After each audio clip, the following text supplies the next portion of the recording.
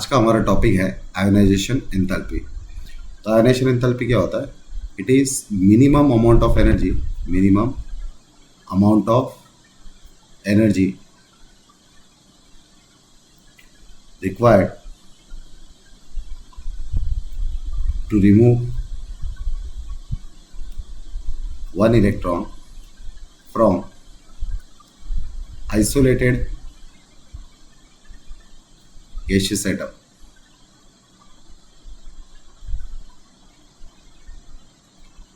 मुझे मिनिमम कितने amount of energy लग रही है एक इलेक्ट्रॉन को रिमूव करने के लिए कोई भी एक आइसोलेटेड गैसियस एटम से। आइसोलेटेड का मतलब क्या होता है? वो एटम जो होता है वो नॉन बॉन्डेड होना चाहिए। नॉन बॉन्डेड एटम को क्या बोलते हैं हम? Isolated atom. ठीक है, मतलब मान लो ये इलेक्ट्रॉन है, इसको मुझे रिमूव करना है। अब ये इलेक्ट्रॉन को रिमूव करने के लिए मुझे कुछ एनर्जी लगेगी। उसका रीज़न क्या है? ये इलेक्ट्रॉन को न्यूक्लियस भी तो अपनी तरफ खींच रहा रहेगा। तो वो टाइप पे मुझे जो मिनिमम अमाउंट ऑफ एनर्जी लगेगी ना एक इलेक्ट्रॉन को बाहर निकालने के लिए, उसी को हम बोलेंगे आयोनाइजेशन एंथैल्पी, या तो आयोनाइजेशन एनर्जी, या तो आयोनाइजेशन पोटेंशियल। इसको तीन अलग अलग नाम से हम बुला सकते हैं। अब अगर मैं इसकी यूनिट देखूँ तो इसकी यूनिट है इलेक्ट्रॉनिक वोल्ट पर एटम, जिसको हम ईबी पर एटम लिख सकते हैं। दूसरा यूनिट हो सकता है इसको किलो कैलोरी पर मोल, या तो कैलोरी पर मोल, या तो किलो जूल्स पर मोल, या जूल्स पर मोल। इसमें से कौन सी भी यूनिट एग्जाम में हमको आ सकता है। ठीक है, नेक्स्ट है हमारा सक्सेसिव आयोनाइजेशन एंथैल्पी। इसका मीनिंग क्या हुआ कि अगर Mg के अंदर से मैं एक इलेक्ट्रॉन निकालो तो मुझे क्या मिलेगा? Mg प्लस, और एक इलेक्ट्रॉन रिमूव होगा। वो टाइम पे मेरा जो एनर्जी चेंज होगा that is my ionization enthalpy 1। मतलब Mg से मैंने क्या बनाया? Mg प्लस 1 और एक इलेक्ट्रॉन निकाला। वो टाइम पे मेरे को जो एनर्जी लगा that is my ionization enthalpy 1। Same चीज़ मैं Mg प्लस से Mg2 प्लस बना रहा हूँ और एक इलेक्ट्रॉन निकाला मैंने अंदर से। वो टाइम पे जो मेरा एनर्जी चेंज होगा that is my ionization enthalpy 2। Same तरीके से Mg2 प्लस में से एक इलेक्ट्रॉन निकल रहा हो तो ये बनेगा मेरा Mg3 प्लस, और वो टाइम पे जो इलेक्ट्रॉन निकला उसकी एंथैल्पी चेंज होगी दैट इज आयोनाइजेशन एंथैल्पी 3। ठीक है, क्लियर हुआ इतना? तो रिलेशन बिटवीन क्या होगा आयोनाइजेशन एंथैल्पी का? याद रखना आयोनाइजेशन एंथैल्पी 3 ऑलवेज ज़्यादा होगी आयोनाइजेशन एंथैल्पी 2 से, और आयोनाइजेशन एंथैल्पी 1 सबसे कम होगी इन ऑल द केसेस। हमेशा जैसे जैसे इलेक्ट्रॉन निकलते जाएगा वैसे वैसे हमको ज़्यादा एनर्जी लगेगी, क्योंकि इसका सिंपल रीज़न है जैसे इलेक्ट्रॉन निकलेगा तो पॉजिटिव चार्ज बढ़ेगा, और पॉजिटिव चार्ज बढ़ा तो जेड इफेक्टिव बढ़ेगा। जेड इफेक्टिव क्या है? न्यूक्लियर चार्ज है ना। न्यूक्लियर चार्ज बढ़ा तो इलेक्ट्रॉन को निकालने के लिए एनर्जी जो है वो ज़्यादा लगेगी।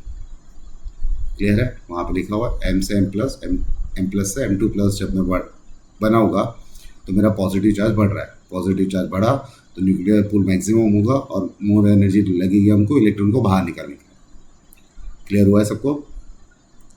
अब नेक्स्ट है हमारा factor affecting on ionisation enthalpy. कौन से फैक्टर है जो आयोनाइजेशन एंथैल्पी को अफेक्ट कर सकते हैं?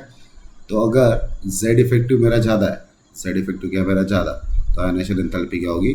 ज़्यादा लगेगी। मतलब न्यूक्लियर पूल ज़्यादा है तो उसको निकालने के लिए, इलेक्ट्रॉन को निकालने के लिए एनर्जी भी मुझे ज़्यादा देनी पड़ेगी। सेकेंड पॉइंट है हमारा number of shell is inversely proportional to ionisation enthalpy. मतलब जैसे जैसे शेल बढ़ेगा, मतलब साइज बढ़ा तो न्यूक्लियस से उसका डिस्टेंस दूर होगा ना। जैसे जैसे न्यूक्लियस से दूर होने लगा वैसे वैसे न्यूक्लियर चार्ज भी कम हो गया। न्यूक्लियर चार्ज कम हुआ तो इलेक्ट्रॉन को इजीली हम लोग बाहर निकाल सकते हैं। तो इसलिए यहाँ पे हमने क्या लिखा है कि नंबर ऑफ शेल बढ़ने से आयोनाइजेशन एंथैल्पी क्या होगी? मेरी कम होगी। क्लियर है? स्क्रीनिंग इफेक्ट मतलब क्या? इलेक्ट्रॉन को जो रिपल्शन देता है वो, अगर रिपल्शन बढ़ा तो इलेक्ट्रॉन इजीली बाहर निकल जाएगा ना। वो धक्का हमको इलेक्ट्रॉन हेल्प करे उसको धक्का मारने के लिए बाहर, तो हमारे लिए वो बेनिफिशियल है। तो स्क्रीनिंग इफेक्ट बढ़ा तो आयोनाइजेशन एंथैल्पी कम होगा। ये सबको समाप्त करें तो मेरे को क्या समझ में आ रहा है? जैसे जैसे एटॉमिक रेडियस बढ़ेगा, एटॉमिक रेडियस बढ़ा मतलब नंबर ऑफ शेल बढ़ा तो आयोनाइजेशन एंथैल्पी क्या हो जाएगा? हमारा कम हो जाएगा। और इसका अगर उल्टा बोले कि अगर एटॉमिक रेडियस कम हुआ तो जेड इफेक्टिव कम बढ़ेगा। एटॉमिक रेडियस कम होने से तो आयोनाइजेशन एंथैल्पी क्या हो जाएगी? तुम्हारी ज़्यादा लगेगी। आई hope this is clear. Next होता है हमारा साइज ऑफ ऑर्बिटल। अब एस ऑर्बिटल जो होती है वो न्यूक्लियस से बहुत नज़दीक होती है। अब एस ऑर्बिटल न्यूक्लियस से नज़दीक होने का मतलब क्या हुआ? उसका पेनिट्रेशन पावर ज़्यादा है। पेनिट्रेशन पावर ज़्यादा होने से क्या होता है कि न्यूक्लियस उसकी तरफ अपना पुल जो होता है वो बहुत स्ट्रांग रखता है, तो वहाँ से इलेक्ट्रॉन को बाहर निकालने के लिए उनको ज़्यादा एनर्जी लगेगी। इसलिए एस ऑर्बिटल की आयोनाइजेशन एंथैल्पी ज़्यादा होती है, फिर पी ऑर्बिटल आती है, फिर डी ऑर्बिटल आती है, और सबसे लास्ट में आता है हमारा F orbital. I hope this is clear. Next factor affect करता है that is stable electronic configuration. तो स्टेबल कॉन्फ़िगरेशन दो ही तरीके से हो सकते हैं, या तो वो हाफ फिल्ड होना चाहिए या तो वो फुल्ली फिल्ड होना चाहिए। अब हाफ फील्ड में क्या होता है, एस वन को हम कंसिडर नहीं करेंगे, ये याद रखना है तुमको। P3 हाफ फील्ड होगा, D5 हाफ फील्ड होगा और F7 हाफ फील्ड होगा, ठीक है। फुल्ली फील्ड में कौन होगा, एस ऑर्बिटल के 2 इलेक्ट्रॉन, P के 6 इलेक्ट्रॉन, D के 10 इलेक्ट्रॉन और F के 14 इलेक्ट्रॉन, ये ज़्यादा स्टेबल होगा। अगर मैं पूछूँ हाफ फील्ड और फुल्ली फील्ड में तो कौन ज़्यादा स्टेबल है, तो याद रखना तुमको फुल्ली फील्ड ज़्यादा स्टेबल होता है। नेक्स्ट टॉपिक है हमारा, अगर मैं NP3 और NP2 को कंपेयर करूँ, इन दोनों में स्टेबल कौन है ज़्यादा, NP3 और NP4 में चेक करूँ तो यहाँ पे भी स्टेबल कौन होगा, हाफ फील्ड NP3 है ना, तो वो ज़्यादा स्टेबल होगा, तो उसको ज़्यादा एनर्जी लगेगी इलेक्ट्रॉन निकालने के लिए। NP6 और NP5 में कौन ज़्यादा एनर्जी लेगा इलेक्ट्रॉन निकालने के लिए, NP6, क्योंकि ये क्या है हमारा फुल्ली फील्ड है। तो ये दोनों एग्जाम्पल किसके हुए मेरे, हाफ फील्ड के, और ये एग्जाम्पल हुआ मेरा फुल्ली फील्ड का।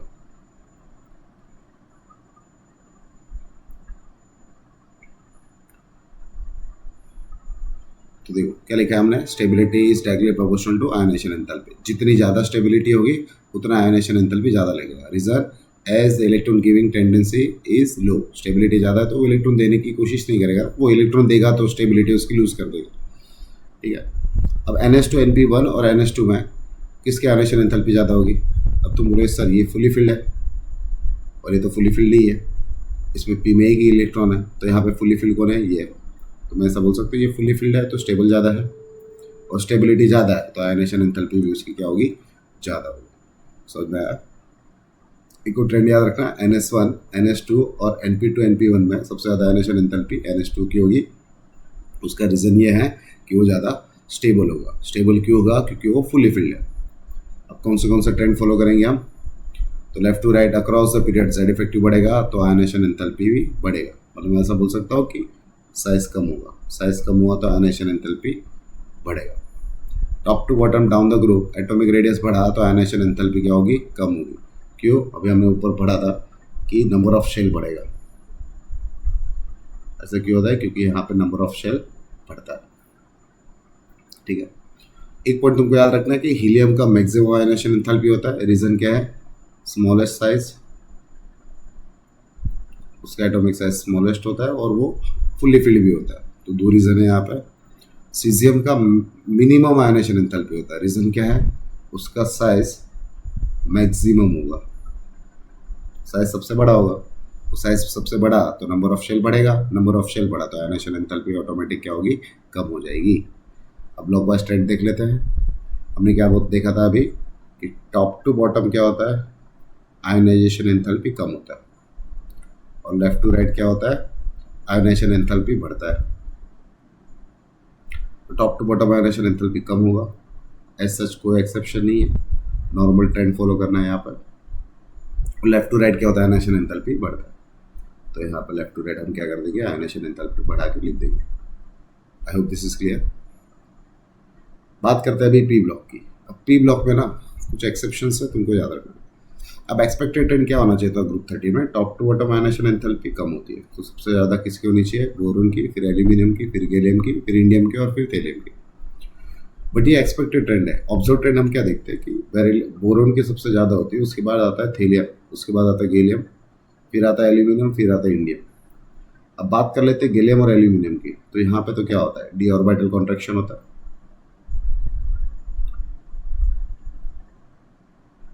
ये हमने एटॉमिक रेडियस में भी देखा। बट यहाँ पे एक नया ग्राहक आ गया, हमारा नया मेहमान आया, इसका नाम क्या है हमारा, थेलियम। तो थेलियम इतना आगे कैसे आ गया, तो उसका एक सिंपल रीज़न हमने वहाँ पे भी पढ़ा था एटॉमिक रेडियस वाले वीडियो में। वहाँ पे हमने क्या देखा था कि जो थेलियम होता है वहाँ पे लेंथेनर्ड कॉन्ट्रैक्शन आता है। क्या आता है वहाँ पे, लेंथेनर्ड कॉन्ट्रैक्शन। अब लेंथेनर्ड कॉन्ट्रैक्शन क्या होता है, लेंथेनर्ड कॉन्ट्रैक्शन में क्या होता है कि एफ ऑर्बिटल की एंट्री होती है। अब जो एफ ऑर्बिटल है उसका पुअर स्क्रीनिंग इफेक्ट है, पुअर स्क्रीनिंग इफेक्ट होगा तो क्या होगा, जेड इफेक्टिव बढ़ेगा, जेड इफेक्टिव बढ़ा तो आयोनाइजेशन एंथैल्पी बढ़ेगी। चेक करो क्या लिखा है यहाँ पर, रीजन बना कि 4f में कितने इलेक्ट्रॉन होंगे, यहाँ पे 14, और लेंथेनर्ड कॉन्ट्रैक्शन है। लेंथेनर्ड कॉन्ट्रैक्शन के कारण क्या होगा, वहाँ पे जेड इफेक्टिव बढ़ जाएगा। जेड इफेक्टिव बढ़ा, साइज कम हुआ, और साइज कम होते हमने देखा हुआ है कि आयोनाइजेशन एंथैल्पी बढ़ जाती है। तो इसलिए हमारा थेलियम आगे आता है।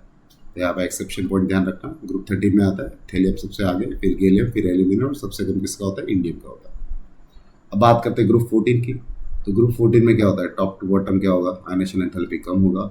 ये एक्सपेक्टेड ट्रेंड था बट ऐसा नहीं होता। होता क्या है यहाँ पे कि जो पीबी और एसएन है, यहाँ पे जो पीबी है ये क्या ऑब्जर्व करता है, लेंथेनॉइड कॉन्ट्रैक्शन। अब लेंथेनॉइड कॉन्ट्रैक्शन के कारण क्या होता है, साइज कम होगा। अभी हमने ऊपर देखा साइज कम होगा तो आयनेशन एंथैल्पी बढ़ जाएगा। इसलिए हम क्या लिखते हैं यहाँ पे, कार्बन के सबसे ज़्यादा, फिर सिलिकॉन, फिर जर्मेनियम, फिर लीड और फिर लास्ट में कौन आता है, SN. I hope this is clear.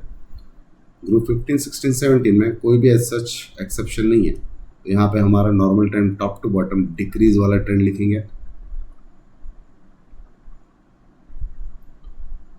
As we don't have any kind of exception. तो पी ब्लॉक में कितने एक्सेप्शन है हमारे पास, टोटल 3। फर्स्ट एक्सेप्शन किसका होगा कि थेलियम का आयनेशन एंथैल्पी ज़्यादा होगा। तो थेलियम का याद रखना, बोरोन के बाद ही थेलियम आता है। सेकेंड हमने देखा गैलियम का आयनेशन एंथैल्पी ज़्यादा होगा किससे, एल्यूमिनियम से। और थर्ड हमने एक्सेप्शन देखा कि पीबी का आयनेशन एंथैल्पी ज़्यादा होगा एसएल से। तो ये पॉइंट ध्यान रखना है, 3 एक्सेप्शन ग्रुप 13 और 14 में ही है, या फिर पूरे पी ब्लॉक में। उसके अलावा कोई भी एक्सेप्शन वहाँ पे प्रेजेंट नहीं होता। एस और एस ब्लॉक में भी कोई भी टाइप का एक्सेप्शन नहीं है। अब बात कर लेते हैं डी ब्लॉक की। तो डी ब्लॉक में क्या होता है, left to right ionisation enthalpy increase होता है, बट ये जो इंक्रीज होगा वो कोई रेगुलर इंक्रीज नहीं होगा। ठीक है, चेक करते हैं जरा। इसको याद रखने के लिए मैंने एक ट्रिक दिया हुआ, that is science very cruel teacher man Neeku coffee जाएगी। अब जो लिखा है वही सबसे अरेंज करेंगे। क्या लिखा है हमने, साइंस वेरी, वेरी से क्या होगा, वेनेडियम, क्रूअल मतलब क्रोमियम, टीचर मतलब टी आई, मैन मतलब एम एन, नीकू नी और कू मतलब कॉपर, कॉफ़ी, कॉफ़ी मतलब सी ओ और फिर कौन आएगा, एफ ई, जाना है तो जेड एन आएगा। समझ में आया। और यही ट्रेंड है, लेफ्ट टू राइट क्या होगा, यहाँ पे आयनेशन एंथैल्पी बढ़ते जाएगा।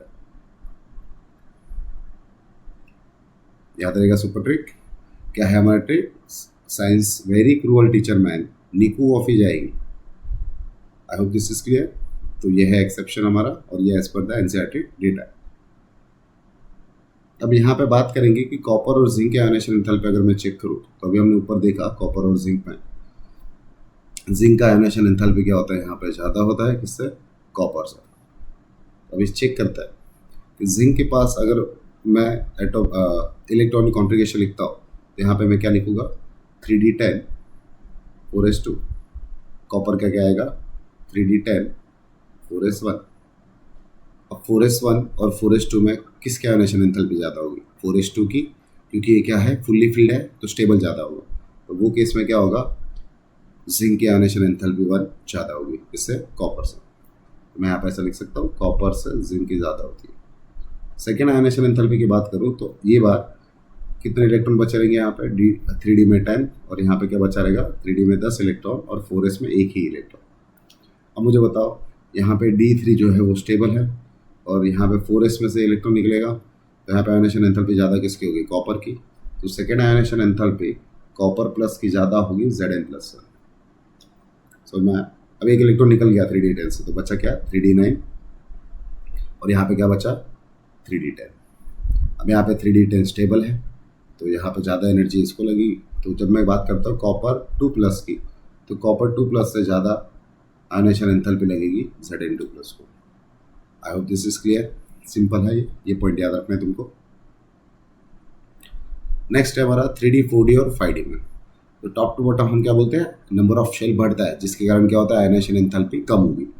तो वो हिसाब से हमारा ट्रेंड क्या आना चाहिए था, 3D का ज़्यादा, फिर 4D का और फिर 5D का। बट हम ऑब्जर्व क्या करते हैं कि 3D का आयनेशन एंथैल्पी ज़्यादा होता है, फिर 4D का नहीं आता, फिर 5D का आता है। ठीक है, और अगर प्रॉपर हम वैल्यू के हिसाब से जाए तो 5D के आयनेशन एंथैल्पी सबसे ज़्यादा आएगी, फिर 3D आएगा और फिर 4D आएगा। 5D आगे आने का रीज़न यही है कि 5D सीरीज़ में क्या होता है, लेंथेनॉइड कॉन्ट्रैक्शन होता है। क्या होता है यहाँ पर, लेंथेनॉइड कॉन्ट्रैक्शन। और लेंथेनॉइड कॉन्ट्रैक्शन से क्या होता है हमारा, बार बार बोल रहा हूँ मैं, जेड इफेक्टिव बढ़ेगा तो साइज़ कम होगा, और हमको पता है साइज़ कम हुआ तो आयोनाइजेशन एंथैल्पी बढ़ेगा। तो सेम रीज़न मैंने नीचे भी लिखा हुआ कि 4F के कारण क्या होता है, लेंथेनर कॉन्ट्रैक्शन होता है, तो Z इफेक्टिव बढ़ा तो आयोनाइजेशन एंथैल्पी भी बढ़ेगा। ठीक है, अब ये जो ट्रेंड है डी ब्लॉक में, उसमें और भी एक्सेप्शन है। तो क्रोमियम M और W यहाँ पे कोई भी टाइप का ट्रेंड फॉलो नहीं करेगा, जैसे कि हमने लिखा था कि 5D का ज़्यादा होता है, फिर 3D आता है और फिर 4D आता है। ये वाला ट्रेंड ये फॉलो नहीं करेगा, समझ में आया। और निकल PD और PT में भी सेम रहेगा। एस PD में 4D में 10 इलेक्ट्रॉन होते हैं और 5S में एक भी इलेक्ट्रॉन नहीं होता। तो ये ध्यान रखना है तुमको। तो एलिमेंट तुमको अच्छे से याद रखना है, क्रोमियम और निकल, तो उसके जो ग्रुप है वो ये वाला ट्रेंड फॉलो नहीं करेंगे। अब बात करते हैं पीरियड में। पीरियड में हम कैसे निकालेंगे आयोनाइजेशन एंथैल्पी। तो सबसे पहले हमने क्या देखा था कि जो स्टेबल होते हैं उसको हम क्या कर लेंगे, यहाँ पे बॉक्स कर लेंगे। और स्टेबिलिटी किसके पास होती है, जिसके पास फुली फिल्ड या तो हाफ फिल्ड इलेक्ट्रॉनिक कॉन्फ़िगरेशन होगा तब। फुली फिल्ड कॉन्फ़िगरेशन होगा यहाँ पे नियोन का, नाइट्रोजन का हाफ फिल्ड होगा और बेरिलियम का फुली फिल्ड होगा। अब बॉक्स बना लिया। बॉक्स बनाने के बाद दोनों एरो बॉक्स के साइड घुमा दो, क्योंकि वो ज़्यादा एनर्जी लेगा, क्योंकि वो स्टेबल है तो ज़्यादा एनर्जी लेगा। तो वो साइड हमने क्या कर लिया, एरो घुमा लिया। अब हमने देखा था कि लेफ़्ट टू राइट क्या होती है, साइज़ कम होती है, और साइज़ कम हुई तो आयोनाइजेशन एनर्जी बढ़ेगा। बाकी का ट्रेंड क्या होगा, राइट साइड पे आयोनाइजेशन एंथैल्पी बढ़ेगी। इसको प्रॉपर्ली अरेंज करके लिखना है तो कैसे लिखूंगा मैं, नियोन की सबसे ज़्यादा, नियोन के बाद आएगा हमारा नियोन के बाद आएगा हमारा फ्लोरीन, फ्लोरीन के बाद कौन आएगा, ऑक्सीजन। ऑक्सीजन से ज़्यादा किसकी होती है, नाइट्रोजन की। तो मैं पहले किसको लिखूंगा, नाइट्रोजन, और फिर मैं लिखूंगा ऑक्सीजन को। ऑक्सीजन के बाद होगी कार्बन की, कार्बन के बाद आता है बोरोन की, बट बोरोन से ज़्यादा किसकी है, बेरिलियम की है। तो पहले कौन आएगा, बेरिलियम, फिर आएगा बोरोन, और फिर कौन आएगा हमारा, लिथियम। तो ये है इसका प्रॉपर ट्रेंड। नेक्स्ट हम बात करते हैं थर्ड पीरियड की। सेम रूल यूज़ करेंगे, जो स्टेबल है उनको बॉक्स कर देंगे। ये फुल्ली फिल्ड होता है, फॉस्फोरस हमारा हाफ फिल्ड होगा, और आर्गन जो है हमारा फुली फिल्ड होगा। ठीक है, तो जहाँ पे बॉक्स है वहाँ पे एरो घुमा दो दोनों, फिर लेफ्ट टू राइट क्या होगा, आयोनाइजेशन एंथैल्पी बढ़ेगा। सेम तरीके से लिखेंगे, सोडियम की सबसे कम, सोडियम से ज़्यादा किसकी होनी चाहिए, Mg की, बट Mg क्या करेगा, एल्यूमिनियम से ज़्यादा रखेगा। तो सोडियम से ज़्यादा किसकी आएगी, एल्यूमिनियम की, फिर आएगा Mg, फिर कौन आएगा, सिलिकॉन। अब सिलिकॉन से ज़्यादा कौन है, फॉस्फोरस, बट फॉस्फोरस किससे ज़्यादा है, सल्फर से ना, तो पहले सल्फर लिखूंगा, फिर लिखूंगा फॉस्फोरस। फिर कौन आएगा हमारा, क्लोरीन, क्लोरीन के बाद आएगा हमारा argon. I hope this is clear, कैसे ट्रेंड लिखने समझ में आ गया। जिसको बॉक्स किया उसको एक स्टेप आगे लगा दो, और उस वो वाला जो एलिमेंट है उसको एक स्टेप पीछे ले लो, दैट्स इट, तुम्हारा काम हो गया यहाँ पे। ठीक है, सेम चीज़ ऊपर भी कर सकते हो तुम। बेरिलियम को एक स्टेप आगे लेके आओ, बोरोन को एक स्टेप पीछे लेके जाओ, नाइट्रोजन को एक स्टेप आगे लिखो, ऑक्सीजन को एक स्टेप पीछे लिखो। वही हमने किया हुआ, देख लो जरा, नाइट्रोजन एक स्टेप आगे, ऑक्सीजन एक स्टेप पीछे। सेम चीज़ बेरिलियम के केस में भी हुआ, बेरिलियम एक स्टेप आगे जाता है, बोरोन एक स्टेप पीछे जाता है। आई होप दिस इज क्लियर। और एक इंपॉर्टेंट पॉइंट है कि जो नोबेल गैसेस होते हैं उसकी मैक्सिमम आयोनाइजेशन एंथैल्पी होती है अपने पीरियड में। उसका रीज़न क्या होता है, उसके पास Np6 का कॉन्फ़िगरेशन होता है, और ये Np6 जो होता है वो ज़्यादा स्टेबल होता है, तो उसकी आयोनाइजेशन एंथैल्पी जो होगी वो मैक्सिमम होगी अपने पीरियड में। ये पॉइंट याद रखना है। अगर मैं बात करूँ Na और Mg की, तो यहाँ पे आयोनाइजेशन एंथैल्पी किसकी ज़्यादा होगी, तो Na का अगर मैं कॉन्फ़िगरेशन लिखता हूँ तो it will be my 2p6 3s1, और ये हो जाएगा मेरा 2p6 3s2। ये फुली फिल्ड है, यहाँ पे आयोनाइजेशन एंथैल्पी ज़्यादा होगी फुली फिल्ड की। Na की बात करता हूँ, यहाँ पे आएगा 2p6, यहाँ पे आएगा 2p6 3s1। तो फुली फिल्ड यहाँ पे Na प्लस है तो उसकी आयोनाइजेशन एंथैल्पी ज़्यादा होगी। Na2 प्लस की बात करूँ तो यहाँ पे आएगा 2p5, और Mg2 प्लस में आएगा हमारा 2p6। ठीक है, तो ये फुली फिल्ड है, तो Mg2 प्लस की आयोनाइजेशन एंथैल्पी ज़्यादा होगी। तो ये पॉइंट ध्यान रखना है तुमको, यहाँ पे कोई भी गलती नहीं करनी है तुमको। ठीक है, सबसे इंपॉर्टेंट पॉइंट आ जाता है यहाँ पे, whenever there is a large gap in ionization enthalpy value, it has been assumed that the element has acquired the Nobel gas configuration। अगर हम यहाँ पे वैल्यूज़ को अगर ध्यान से देखें तो फर्स्ट वैल्यू मेरे को दी है यहाँ पे 5, फिर दिया 10, फिर दिया 20, फिर दिया 40। 40 के बाद मेरा यहाँ पे लार्ज गैप है, तो तुमको यहाँ पे क्वेश्चन पूछा जाता है कि ये आयनाइजेशन एंथैल्पी है तो उसके आउटर मोस्ट शेल में कितने इलेक्ट्रॉन है, तो आउटर मोस्ट शेल में उतने ही इलेक्ट्रॉन होंगे जहाँ तक एनर्जी गैप बड़ा नहीं होता। जैसे ही यहाँ पे लार्ज एनर्जी गैप दिखा, मतलब क्या देखना है हमको कि फोर्थ इलेक्ट्रॉन निकलने के बाद जब फिफ्थ इलेक्ट्रॉन में निकाल रहा हो तो वहाँ पे लार्ज गैप है, तो फोर्थ इलेक्ट्रॉन के बाद वो क्या अचीव कर ले रहा है, नोबेल गैस का कॉन्फ़िगरेशन अचीव कर रहा है। तो ये पॉइंट तुमको ध्यान रखना है। यहाँ पे मैक्सिमम नंबर ऑफ इलेक्ट्रॉन कितने होंगे, टोटल 4 इलेक्ट्रॉन, क्योंकि 4 और 5th के बीच में लार्ज गैप है। ठीक है, तो जो लोअर नंबर होता है उतने ही इलेक्ट्रॉन उसके पास होता है लास्ट शेल में। हमको आयनाइजेशन एंथैल्पी कहाँ कहाँ हेल्प कर सकता है, तो सबसे पहले हमारा आता है मेटालिक कैरेक्टर। मेटालिक कैरेक्टर मतलब मी पॉजिटिव ऑलवेज। मेटल क्या होता है, मी पॉजिटिव ऑलवेज, मतलब वो डोनेट करेगा। सो मेटालिक कैरेक्टर क्या होता है, it is tendency to donate electron. तो metallic character is inversely proportional to ionization enthalpy. Meaning क्या हुआ, आयनाइजेशन एंथैल्पी क्या होती है, एक इलेक्ट्रॉन को बाहर निकालने की टेंडेंसी के लिए कितनी एनर्जी लगती है। अगर एनर्जी कम लग रही है मतलब वो इजीली डोनेट हो पा रहा है, तो मेटालिक कैरेक्टर अगर ज़्यादा है मतलब वो इजीली इलेक्ट्रॉन डोनेट कर रहा है, तो आयनाइजेशन एंथैल्पी मुझे क्या लगेगी, कम लगेगी। तो लेफ्ट टू राइट क्या होता है, तो लेफ्ट टू राइट हमको पता है कि जेड इफेक्टिव बढ़ता है। जेड इफेक्टिव बढ़ा तो आयनाइजेशन एंथैल्पी भी बढ़ेगा, और आयनाइजेशन एंथैल्पी बढ़ा तो मेटालिक कैरेक्टर कम होगा। टॉप टू बॉटम क्या होगा, स्क्रीनिंग नंबर ऑफ शेल बढ़ेगा। नंबर ऑफ शेल बढ़ा तो आयनाइजेशन एंथैल्पी कम होगा, और कम आयनाइजेशन एंथैल्पी में मेटालिक कैरेक्टर बढ़ेगा। क्लियर हुआ।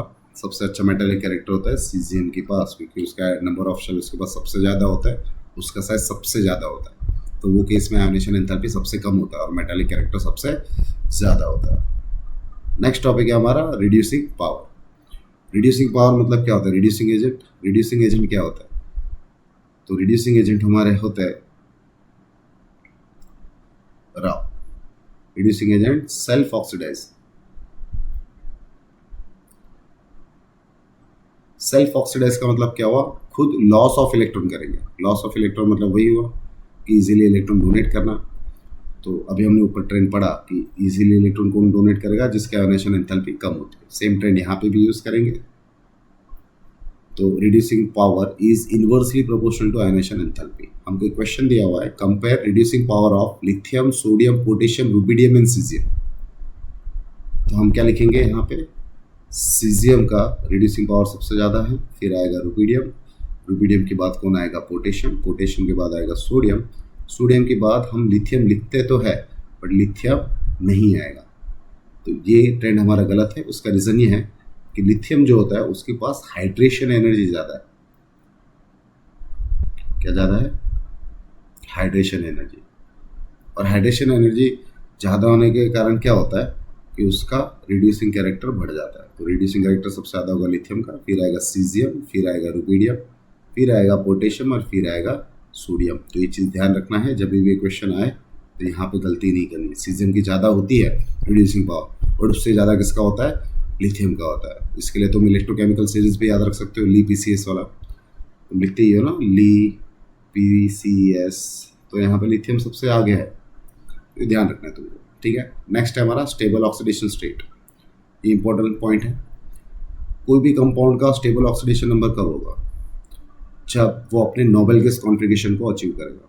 तो मैं अगर Na की बात करूँ तो Na के कॉन्फ़िगरेशन 281 आएगा।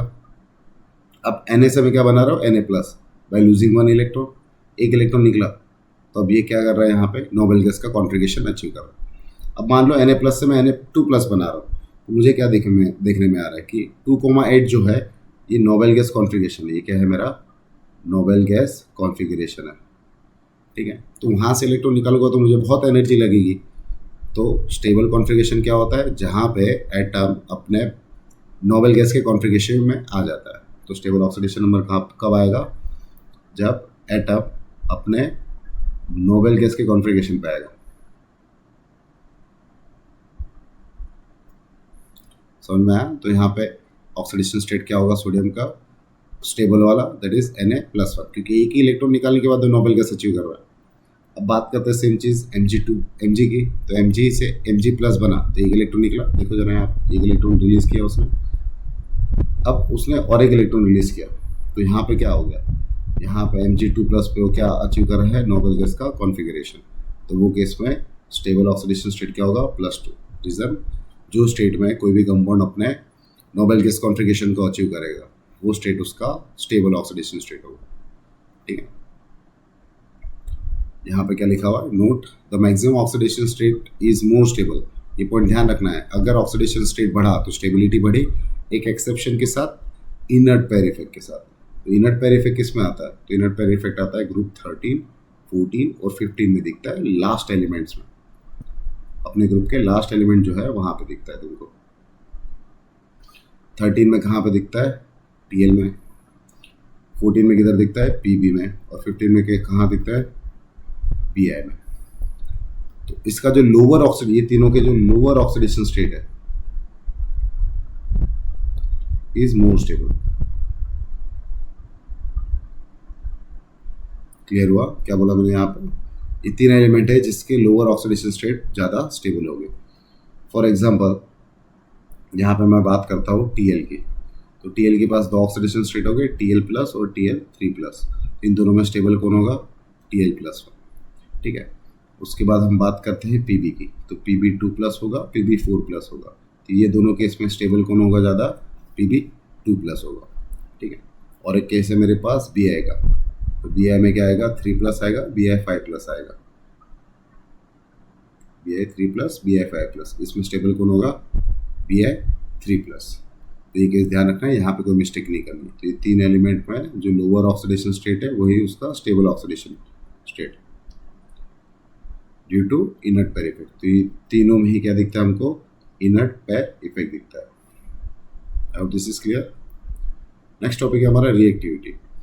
तो मेटालिक कंपाउंड रिएक्टिविटी कैसे शो करेगा, मेटालिक नेचर मतलब क्या, या फिर आयोनिक बॉन्ड बनाएगा वो। आयोनिक बॉन्ड मतलब क्या, एक इलेक्ट्रॉन डोनेट करेगा, दूसरा एक्सेप्ट करेगा। तो रिएक्टिविटी कब ज़्यादा होगी, जब आयोनेशन एंथैल्पी क्या होगी, कम होगी। मतलब कोई भी कंपाउंड अपना इलेक्ट्रॉन इजीली डोनेट कर देगा तो जल्दी बॉन्ड बनाएगा। तो टॉप टू बॉटम क्या देखते हैं, आयोनेशन एंथैल्पी कम होगी, और आयोनेशन एंथैल्पी कम हुई तो रिएक्टिविटी बढ़ेगी। तो यहाँ पे सबसे ज़्यादा रिएक्टिव कौन होगा, सीजियम, फिर आएगा रुबिडियम, फिर आएगा पोटेशियम, और लास्ट में कौन आएगा, लिथियम। तो इसी के साथ हमने आयोनेशन एंथैल्पी के सब टॉपिक कवर किए। आई hope this is clear. Thank you.